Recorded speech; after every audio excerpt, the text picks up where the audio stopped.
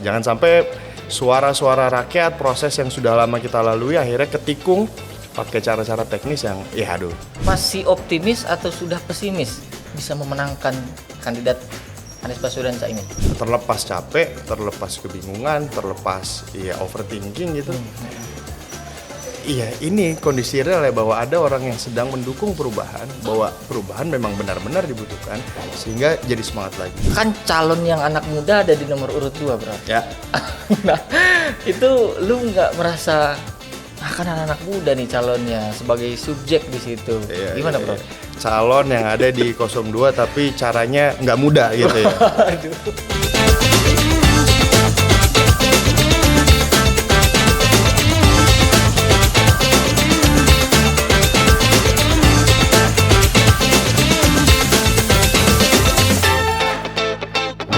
Assalamualaikum warahmatullahi wabarakatuh. Selamat datang di obrolan Sultan di channel YouTube inilah.com. Kali ini kita kedatangan narasumber dari jubir muda tim Anies Baswedan dan Muhaimin Iskandar, Bang Abro. Assalamualaikum. Waalaikumsalam. Khas nih ya. Apa kabar Abang Sultan? Baik, Bro. Apa salamnya masih salam Abang None ya? Salam Tazim. Salam Tazim untuk semua. Ini berarti sekarang co-founder Ubah Barang juga. Ya, alhamdulillah. Ubah Barang itu apa nih? Bisa dijelaskan gak nih? Iya, sederhananya Bang Sultan. Jadi Ubah Barang kan adalah sebuah gerakan anak-anak muda. Ya, kita coba cari cara kreatif lah. Yang kayaknya bisa ngisi gap antara bagaimana anak muda bisa partisipasi di politik, utamanya Pilpres 2024. Terus juga dengan nuansa kreatif, dengan cara anak muda. Ada ketemu satu format yang kita sebut bareng-bareng itu konsorsium atau konfederasi lah gitu. Jadi semacam tim teknis tagline perubahan tuh Ubah Barang. Betul. Jadi kita adalah hub gitu, tadi konsorsium juga konfederasi, sehingga orang-orang anak-anak muda yang mau terlibat dengan warnanya masing-masing itu akhirnya bisa punya cara-cara kreatif untuk memenangkan perubahan gitu. Calon kandidat nomor urut 1. Oke, gue mau mulai dari kekhawatiran kita yang muncul akhir-akhir ini terkait dengan data yang dihack nih, bro. Data dihack ya. Ini kan dari tim nomor 1 dan 3 nih khawatir ini menjadi semacam indikasi kecurangan lah ya, dugaannya seperti itu. Nah, lu di anak mudanya nih, tim dari 01 ini, tim nomor urut 1, gimana menanggapi data yang di hack ini nih, bro? Ini pertanyaan pertama udah agak lumayan menantang ya. Ya, kalau dari Timnas dan juga tim pemenangan secara umum ngelihat sebenarnya ini kan isu yang terus berulang ya, 2024, 2019, sebelum-sebelumnya adalah tentang keabsahan data, tentang bagaimana data itu dijaga, dan ujungnya adalah bagaimana kemudian suara itu dijaga sebenarnya kan. Itu kan sebuah rentetan yang proses teknis mungkin dalam pemilu, tapi justru punya sangat penting, punya beban yang sangat luar biasa, dan banyak sekali stakeholder yang terlibat dalam soal ini kan. Pendataan, mengeksekusi DPT, kemudian juga menjaga suara. Ada dinas-dinas terkait, ada kementerian, ada KPU di sana, ada Bawaslu, ada civil society, NGO dan seterusnya. Menurut kita bahwa isu tersebut justru harus diperhatikan bareng-bareng. Diseriusin berarti ya? Diseriusin bareng-bareng dan nggak boleh dianggap sebagai hal yang remeh. Itu nggak boleh dianggap yang remeh. Tapi hari ini kita justru punya kekhawatiran, benar sekali yang tadi Abang Sultan sampaikan, bahwa ada kekhawatiran yang menjurus terindikasi kecurangan atau bahasa lain adalah ini merusak proses demokratisasi yang kita sedang kita lakukan. So kemarin statement dari Pak Anies, kebetulan kita baru aja diskusi kemarin. Penting bagi kita semua untuk memverifikasi apakah isu ini benar terjadi atau tidak. Jangan sampai justru ini jadi jebakan Batman dan memperkeruh suasana. Yang sedang dikerjakan saat ini adalah memverifikasi apakah indikasi-indikasi tersebut benar terjadi apa enggak, satu. Terus kedua adalah tim sudah mempersiapkan kedeputian khusus untuk menangani netralitas pemilu, kemudian juga Di jajaran tim kapten ini betul ya. sekali, tim kapten dan kedeputian yang memang khusus menangani hal tersebut. Sampai akhirnya juga mempersiapkan tim-tim hukum sehingga bisa menjaga proses demokratisasi yang ada. Karena ini kan suara rakyat, Pak. Yap, betul. Nah, jangan sampai suara-suara rakyat, proses yang sudah lama kita lalui akhirnya ketikung pakai cara-cara teknis yang aduh. Tapi kalau tadi bicara ada verifikasi, kemudian sudah mendelegasikan ke salah satu deputi untuk menjaga netralitas tadi, seberapa jauh kekhawatiran dari tim Amin? Karena kan kayaknya paling di survei-survei itu yang paling rendah kayaknya tim dari nomor urut 1 nih. Ya. Tapi data terbaru yang kita terima dari IPO itu kita sudah ada di posisi kedua dan trajektorinya cenderung positif. Oke. Nah, kekhawatiran yang muncul ketika justru ini jadi apa ya? Jadi hal yang menjegal di ujung-ujung gitu. Soal data tadi. Soal data tadi. Nah, kita pengen serius soal pemenangan ini lewat politik gagasan, politik berbasis ide. Tapi tentu kita sadar bahwa dalam proses ini perlu juga ngejagain soal data-data tadi. Gitu. Dan ini bukan sekedar soal pemilu kali ya, data itu kan penting banget, apalagi isunya tuh mau diperjualbelikan lah, apalah itu kan. Dan ini kan sebenarnya isu lama ya soal. Yap. Tapi bisa merusak legitimasi dari hasil kontestasi demokrasi. Kalau bahasanya Caimin, Gus Imin, ya jangan sampai akhirnya penonton sepak bola dalam laga pertarungan sepak bola yang panas akhirnya turun ke tengah-tengah ke lapangan karena ada kecurangan gitu kan. Kita kan nggak pengen ada proses demokratisasi yang mandek, ada delegitimasi dari proses pemilu yang ada. Nah, kita jaga bareng-bareng lah. Jadi di situ concernnya untuk menjaga ini supaya absah hasil dari pemilu 2024 ini ya bro ya. Betul. Nah, ini sebenarnya kalau sama bro nih kita udah keliling Indonesia jadi partner MC ya. Udah setengah Indonesia Udah keliling gitu ya. Tapi terkait ini bro, tadi yang gue singgung bahwa ini kan menjadi satu tim yang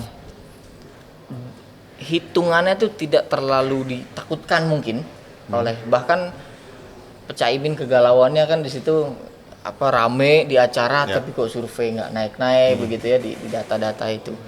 Nah itu sejauh ini di kalangan anak muda masih pesimis atau justru masih optimis atau sudah pesimis bisa memenangkan kandidat Anies Baswedan Caimin? Ya, jawaban singkatnya optimis, itu udah pasti. Sebagai tim jubir pasti. Pasti optimis. Tapi coba gue ngasih perspektif dari dua hal. Kenapa kok kita justru harus optimis dalam kontestasi pemilu 2024 dan memenangkan perubahan? Pertama, ini kita tahu ada data menunjukkan bahwa approval rate dari pemerintah itu cukup tinggi di angka sekarang 75%. Kemarin sebelumnya Pak Jokowi berarti. Iya, rezim hari ini. Tapi kemudian data-data yang lain menunjukkan bahwa masyarakat memang merasakan sebuah situasi yang menyulitkan, ya kan? Contoh, survei itu tentang approval rate, pertanyaan turunannya adalah terkait dengan apakah masyarakat merasa bahwa harga bahan pokok hari ini sudah terjangkau? Jawabannya tidak. Apakah lapangan pekerjaan sudah mudah didapatkan anak muda? Jawabannya tidak. Ya kan. Dalam bahasa lain, artinya memang di sana ada perubahan yang harus kita menangkan untuk merubah kondisi yang ada. Gitu. Yang pernah disampaikan Pak Ep juga kayaknya. Betul sekali. Ya, ini mengutip dari yang disampaikan beliau dan diskusi-diskusi kami di tim internal. Jadi khususnya anak muda Jadi ya ada optimisme untuk merubah hal tersebut karena ini kan bukan tentang 1-2 orang, tentang banyak orang dan bukan tentang tahun ini tapi untuk ke depan. Kedepannya juga. Itu pertama. Terus yang kedua, kalau lu bilang survei tadi, survei hari ini sudah menunjukkan tren positif. Sekali lagi gue ulang. Jawa Timur sudah ada kenaikan secara signifikan. Secara nasional juga trennya cukup baik gitu. Nah, ini yang membuat kita percaya lagi-lagi survei mana dulu mungkin tuh ya. Ya, betul. Iya. Tapi dalam konteks survei kan kita perlu juga fair gitu. Kita perlu fair juga. Kita percaya sama metodologi ilmiah, tapi ya perlu komparasi lembaga survei yang bisa kita percaya gitu. Nah, poin gue adalah disitulah kalau lo tanya optimisme. oh ada kenaikan, oh artinya sudah mulai aktif politik yang berbasis gagasan, politik yang berbasis ide. Dan gue rasa calon presiden dan wakil presiden 01 adalah yang paling terdepan dalam hal tersebut. Simple. Teman-teman silakan buka di visi misi, itu free access. Di sana sudah tertulis ya dengan 140 sekian halaman bagaimana visi, misi hingga sampai simpul kemakmuran sampai target-target spesifik dicantumkan secara objektif melalui pendekatan yang sangat teknokratis. Nah, ini kan anak muda akhirnya bisa menilai secara objektif. Dan kita lagi-lagi disitulah rasa optimis kita bahwa proses ini sudah benar, kita sedang berjuang di jalan yang benar, dan terlepas dari ada survei yang belum mungkin baik, disitulah koreksi-koreksi yang harus kita lakukan. Justru jadi autokritik. Oke, berarti semangatnya tetap optimis begitu ya. Nah, tapi kalau ini kan lu berarti berkecimpung di dalam dunia tim sukses, khususnya anak-anak muda nih.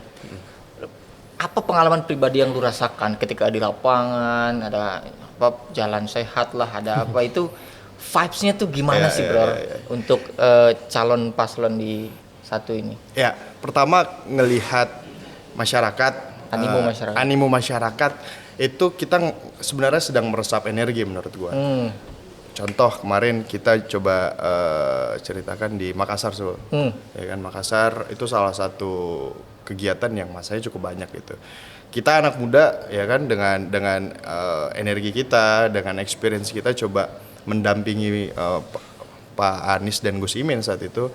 Tentu ada kelelahan, ada kebingungan segala macam. Tapi pas ngelihat masa segitu banyak, akhirnya ada emosi yang masuk sebenarnya ke kita dan ngerasa justru ini artinya momen gue untuk ambil bagian lebih banyak. Gitu.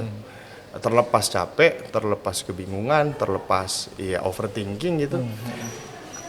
Iya, ini kondisi real ya, bahwa ada orang yang sedang mendukung perubahan, bahwa perubahan memang benar-benar dibutuhkan, sehingga jadi semangat lagi. Sebegitunya animonya berarti. Luar biasa banget, luar biasa banget. Dan itu gampang lah kita lihat dari YouTube, Instagram, video-video TikTok. Bisa dilihat gitu ya. Bener. Tapi kalau dilihat langsung gitu di lokasi, itu ngerasa energi yang gue nggak pernah ngebayangin ini sebelumnya. Gue nggak pernah nggak pernah ngebayangin bahwa emosi itu masuk ke gue gitu. Oh, hari ini ya alhamdulillah kejadian dapat kesempatan untuk menyaksikan itu, berproses, belajar, jadi ya dapat semangat baru. Itu yang pertama. Yang kedua adalah ternyata untuk memenangkan sebuah kontestasi pemilu gitu, itu bukan perkara hal yang mudah, hal yang remeh gitu. Ya ini mungkin klise, tapi kalau dilihat secara teknis, di sana banyak sekali peran-peran yang sebenarnya mungkin nggak terlihat di depan kamera. Tim-tim yang mempersiapkan substansi, teman-teman yang mempersiapkan perjalanan, teman-teman yang mempersiapkan konsumsi segala macam. Perihal teknis. Mungkin di depan panggung nggak jadi hal yang menarik gitu. Di depan layar tak terhitung gitu ya. Betul. Tapi kalau kita yang ngejalanin, coba berproses di sana, ngerasa jadi ini kita bagian dari satu keluarga yang besar. Ada kita disatukan karena sebuah keyakinan untuk perubahan. Jadi cukup emosional menurut gue. Dan lagi-lagi gue bersyukur melewati proses ini, dan ya mari kita sama-sama nikmati pesta demokrasi yang ada dengan cara masing-masing itu sih. Iya. Dan saling konstruktif begitu kali ya, tanpa harus. Nah, tapi kalau terkait dengan anak muda nih, spesifik bahas anak muda. Kan calon yang anak muda ada di nomor urut 2, bro. Ya. Nah, itu lu nggak merasa kan anak muda nih calonnya sebagai subjek di situ. Gimana, bro? Calon yang ada di 02 tapi caranya nggak muda gitu ya. Aduh. Enak jedak-jeduk nih kayaknya. Ya. Satu, apa sih yang gue refleksikan dari gue sebagai anak muda melihat seorang pemimpin adalah mereka yang punya integritas, semangatnya muda gitu. Mungkin usianya senior, tapi ya yang justru gue refleksikan adalah gue perlu pemimpin yang membuka pandangan gue bahwa jadi seorang pemimpin harus perlu integritas gitu. Kalau itu aja dilanggar, gue rasa itu belum bisa diklaim sebagai semangat muda. Ukuran apa yang lu pergunakan di dalam mengukur integritas itu? Ya, misalnya bagaimana MK memutuskan bahwa terjadi pelanggaran etik berat terhadap putusan yang kemarin gitu ya, tidak perlu disebut tapi ya kita semua paham. Itu kan sebuah catatan besar dalam presiden demokrasi kita gitu. Dan gua rasa ya anak muda secara objektif bisa menilai bagaimana Mestinya bisa menilai. Gitu. Jadi dari cara dia munculnya aja itu jadi bagian penting dari prinsip integritas tadi. Ya betul. Nah sekarang gini Sul, gue ini siapa sih gitu ya? Kita masih berproses melihat carut marut seperti itu. Iya, bagaimana kita memprediksi ke depan kalau situasinya masih sama saja atau justru semakin parah. Nah di sisi lain autokritik buat gue apa yang bisa gue kerjakan hari ini. Tapi di sisi lain ini jadi catatan bahwa ya mari anak-anak muda kita pakai nalar, pakai logika menilai apa yang dimaksud representasi anak muda. Oke, jadi nggak semerta-merta dia umurnya muda, tapi tidak kemudian benar mewakili generasi muda kalau kata lo. Itu betul kesimpulannya luar biasa. Jadi gue yang nyimpulin jadinya.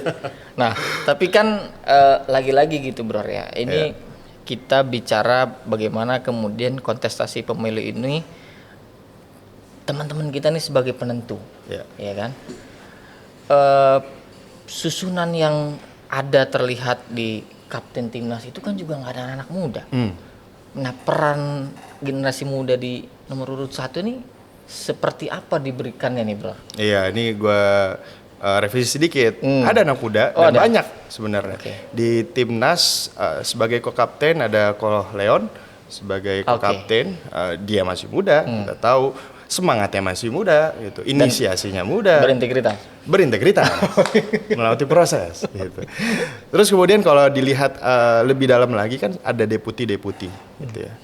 Di timnas dengan deputinya itu banyak sekali deputi yang menangani soal isu pemuda dan kepemudaan melalui pendekatan-pendekatan yang lebih deliberatif. Misalnya, ada deputi yang khusus menangani soal santri, ada deputi yang khusus menangani milenial dan Gen Z, ada deputi yang membahas tentang industri kreatif, ada deputi yang membahas tentang olahraga. Nah, ini kan juga bentuk ya bahwa ada komitmen membahas anak muda bukan sebagai objek tapi sebagai subjek, dilihat aktivitasnya, dilihat interestnya, dilihat kebutuhannya, sehingga muncullah turunan tersebut. Gue cerita sedikit Sol. Jadi saat pengumuman timnas itu kebetulan yang gue kapten juga, sama co-kapten ya? Bukan yang deputi. Oh, yang kedua. Okay. Yang dibacain oleh Caimin, Pak Anies dan juga waktu itu Kapten Syaugi gitu. Dan juga Pak Sudirman Said. Gue itu lagi di Gokar, gue lagi di Gokar, gue setel saat itu. Gue nggak tahu bahwa akan ada pengumuman sore itu juga. Kemudian dibacakan satu persatu deputinya apa, orangnya siapa, tugasnya apa, dan seterusnya. Respon organik, respon spontan dari waktu itu driver taksi online gue adalah, Bang, itu penyebutan apa? Kok banyak sekali yang diurusi gitu. Drivernya nanya nih? Ya, drivernya nanya. Gue bilang, oh ini tim pemenangan atau timnas Amin gitu bersama deputi-deputi, kurang lebih gitulah. Jawabannya dia, oh artinya banyak yang dibahas ya? Oh artinya banyak yang diurus ya? Gitu. Nah itu kan adalah lagi-lagi integritas, bahwa kita bukan hanya soal ngomongin pemenangan, tapi kita melihat warga masyarakat dalam hal ini konteks pemuda adalah sebagai subjek yang harus dimenangkan, bukan sebagai objek yang diminta-minta suaranya untuk memenangkan salah satu pasang saja, apalagi dengan cara yang tidak lagi-lagi berintegritas. Nah ini menurut gue cukup menjawab sih apa yang lo sampaikan Sol, bahwa kita pemuda kebutuhannya diakomodasi di situ ya. Dan lagi-lagi bukan soal simbol aja kan, tapi soal kondisi real yang sedang dihadapi. Maksudnya Gibrannya simbol aja berarti? Itu Anda yang ngomong. Nah, tapi kalau dalam situasi yang kita lihat dari kandidat lainnya gitu ya, bro ya. Ini kan ada juga narasi yang dimainkan menyeramkan gitu, bro. Ini pengkhianatan demokrasi, misalkan melihat putusan MK tadi ini ada indikasi kecurangan, tidak netral dan lain-lain sebagainya. Nah, tapi begitu mau PDIP waktu itu kita sempat melihat di banyak berita mau coba gabung timnya Anies, timnya Amin, responnya justru udahlah kita nggak usah terlalu drama-drama Korea-Korea gitu. Ini mengartikan bahwa mau fokus ke program dan gagasannya aja, atau memang nggak terlalu takut lah masalah netralitas, atau gimana bro? Iya, tadi ya mengulang di awal bahwa isu tentang netralitas, soal keabsahan pemilu itu kan selalu saja terjadi. Tapi nampaknya hari ini kok agak-agak semakin mendesak gitu ya, semakin mendesak. Itu adalah satu soal. Tapi di sisi lain tadi pertanyaan Abang Sultan adalah tentang bagaimana respon Timnas Amin, tim pemenangan Amin mengenai ajakan Yap. gitu ya. Gua rasa Dari tim nomor urut 3 gitu ya. ya ini pendapat personal gue ya. Politik kan bukan dalam situasi yang kedap udara ya. Tentu kita di sini punya timeline, punya agenda yang sangat singkat. 75 hari kalau gue nggak salah. Artinya hari ini kita syuting mungkin 72 hari mungkin ya. Ya intinya Periode kampanye itu singkat. Sangat singkat. Kemudian apakah waktu tersebut hanya ingin digunakan sebagai arena-arena elit saja, arena-arena drama elit, atau justru kita lebih mendekatkan diri tentang program, ide dan gagasan Menjangkau pemilih gitu ya. menjangkau pemilih yang ingin ditawarkan kepada anak muda, pada pemilih. Itu kan bukan pekerjaan yang mudah, dan waktunya singkat, cakupannya sangat luas, latar belakang sosial, ekonomi, budaya masyarakat berbeda-beda. Tentu perlu pendekatan-pendekatan yang menurut gue harus fokus terhadap pemilih sebagai subjek yang harus dimenangkan. Bukan hanya berbicara soal elit yang berdrama atau ternangis, marah-marah. Iya. Ada yang nangis. Nah, itu sih itu menurut gue akhirnya fokusnya lebih digeser ke sana. Perihal realitas politik, gue rasa itu akan bergulir dan kita, gue rasa Indonesia cukup dewasa menghadapi politik gitu. Tapi rasanya agak berbeda karena ada isu-isu yang agak mengkhawatirkan itu ya. Sangat krusial tadi ya. Krusial. Terkait dengan peran yang selama ini dan sejauh ini sudah lo lakukan. Ya. Di platform yang lo bilang ubah bareng tadi. Ya. Yang lo lakuin tuh apa di ubah bareng? Ya, oke. Jadi pertama kita coba membahas tentang bagaimana cara kreatif anak muda ikut serta dalam politik. Itu prosesnya cukup panjang terus terang dan banyak yang terlibat dari berbagai macam latar belakang sehingga ketemu satu format yang tadi gue sampaikan di depan. Di ubah bareng itu kita nggak punya satu ketua yang kita tokohkan, kita kultuskan, siap abang gitu ya. Kita SK-kan nggak, tapi justru kita mengelola organisasi, mengelola program berdasarkan kerja-kerja yang efektif dan efisien sehingga itu menghasilkan beberapa program turunan. Salah satu yang bisa dikatakan produk hero itu adalah Desak Anies. Kemarin kita baru aja ngadain di Bandung. Itu kemarin alhamdulillah hadir mungkin sekitar 700 sampai 800 mahasiswa pemuda Bandung secara organik tanpa mobilisasi. Mereka kita berikan waktu untuk mendesak Pak Anies. Jadi justru diberikan fasilitas untuk mendesak. Justru bukan Pak Anies kita berikan waktu untuk bicara, berkampanye gitu ya. Enggak, dan statement beliau juga jelas, saya sedang tidak memaksa Anda, ini gue kutip ya, saya sedang tidak memaksa Anda memilih Amin, tapi mari kita melihat politik 2024 sebagai politik yang harus dimenangkan oleh ide dan gagasan. Nah, sedikit cerita lagi Sul, jadi kita kumpulkan mahasiswa pemuda untuk bertanya langsung, tanpa settingan, tanpa ada mobilisasi sekali lagi. Dan akhirnya responnya cukup positif. Banyak hal-hal yang mungkin tidak terkonfirmasi sebelumnya terkonfirmasi. Banyak hal yang mungkin jadi harapan gitu dari anak-anak muda tersampaikan. Itu adalah salah satu produk kita atau program yang kita jalankan. Insya Allah besok hari Minggu kita adakan lagi di Medan. Antusiasme alhamdulillah cukup baik so far. Selanjutnya kita akan keliling-keliling kota provinsi untuk kita fasilitasi cara tersebut sehingga rata-rata apa aja tuh yang disampaikan di beberapa forum itu, Bro? Kalau kemarin Bandung soal transportasi publik. Oke. Nah, terus juga soal rumah KPR. Keresahan-keresahan anak muda Keresahan ya. anak muda. Khawatir nggak bisa punya rumah, begitu berarti ya. Pendidikan juga kemarin banyak yang menyampaikan lah gitu.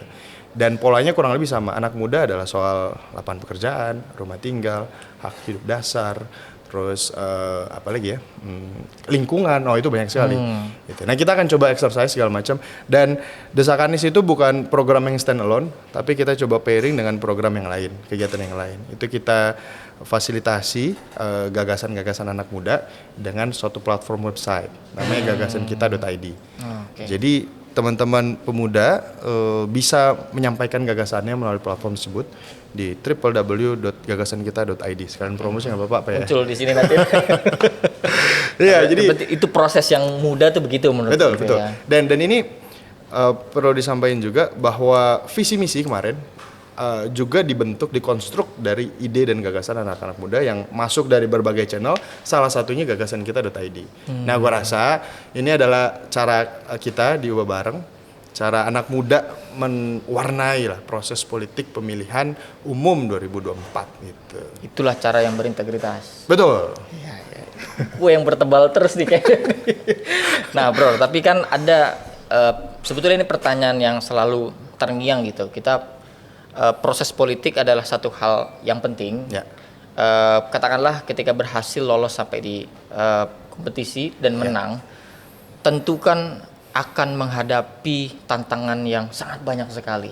Semua gagasan, program kampanye yang sudah diumbar-umbarkan oleh Pak Anies ini akan menghadapi tantangan real dalam konteks decision making proses. Nah, ini kan kebijakan publik nih.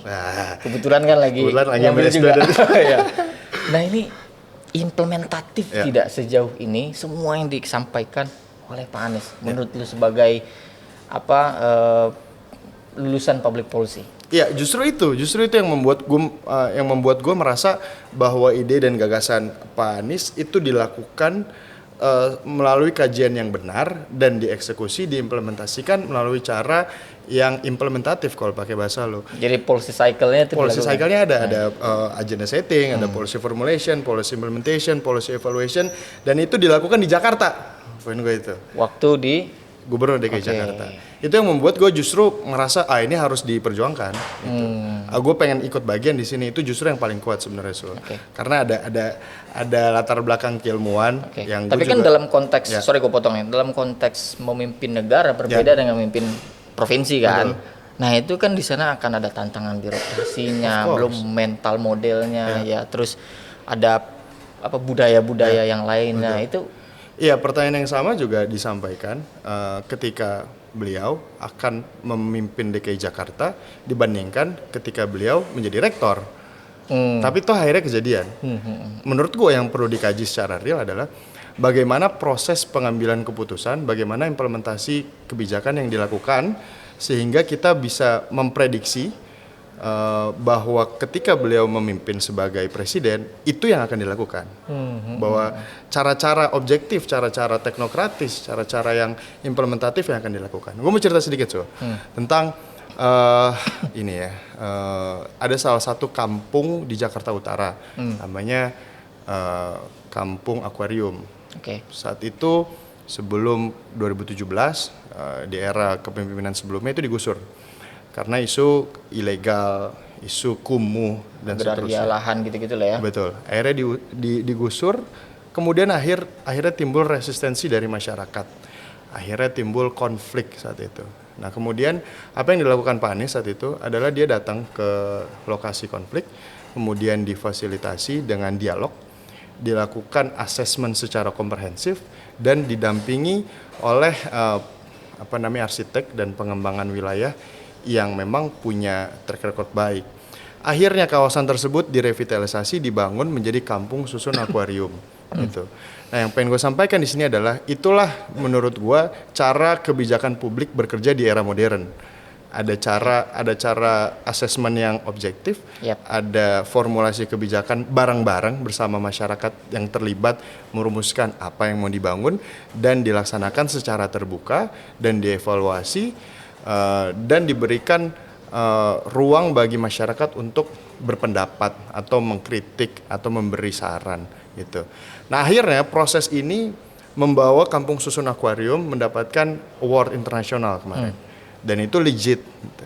Di sisi lain contohnya misalnya soal transportasi publik.